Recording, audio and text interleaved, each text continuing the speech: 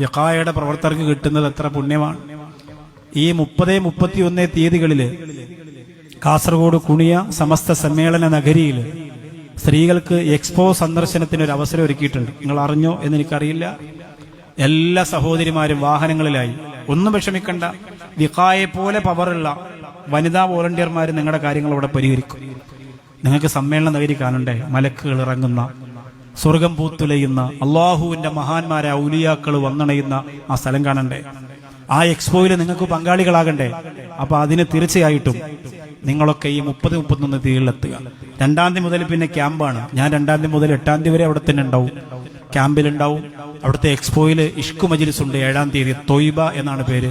ഇൻഷാ അല്ലാഹ് അതിന് നേതൃത്വം കൊടുക്കുന്നുണ്ട് 7-ാം തീയതി രാത്രിയിൽ.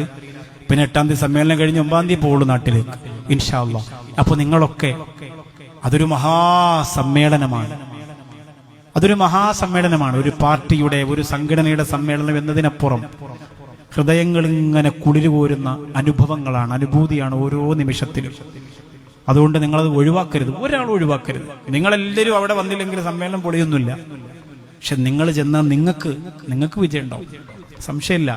അതൊരനുഭവമാണ്. പട്ടിക്കാട് ജാമിഅ നൂരിയയിലെ സമ്മേളനത്തിലേക്ക് തൃപ്പനച്ചി ഉസ്താദ് ആളുകളെ പറഞ്ഞു വിടുമായിരുന്നു എന്നാണ്. അങ്ങോട്ട് പൊയ്ക്കോളൂ, അവിടെ പോയി ദുആ ചെയ്യുന്നു. അങ്ങനെയാണെങ്കിൽ പിന്നെ ഈ സമ്മേളനം പറയാനുണ്ടോ?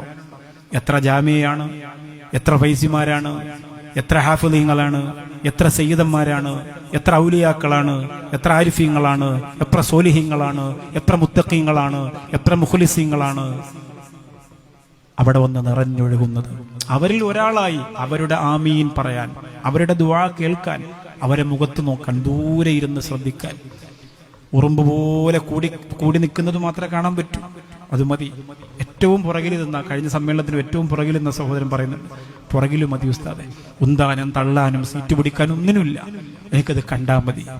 അതുകൊണ്ട് നിങ്ങൾ വരണം. അള്ളാഹു നിങ്ങൾ അനുഗ്രഹിക്കട്ടെ, അതിന് തൗഫീഖ് തരട്ടെ. അപ്പൊ നമ്മുടെ പ്രിയപ്പെട്ട അബ്ബാസിന്റെ മരണപ്പെട്ട ഉമ്മാക്കുപ്പാക്കും വേണ്ടി 5000 രൂപ. ലാ ഇലാഹ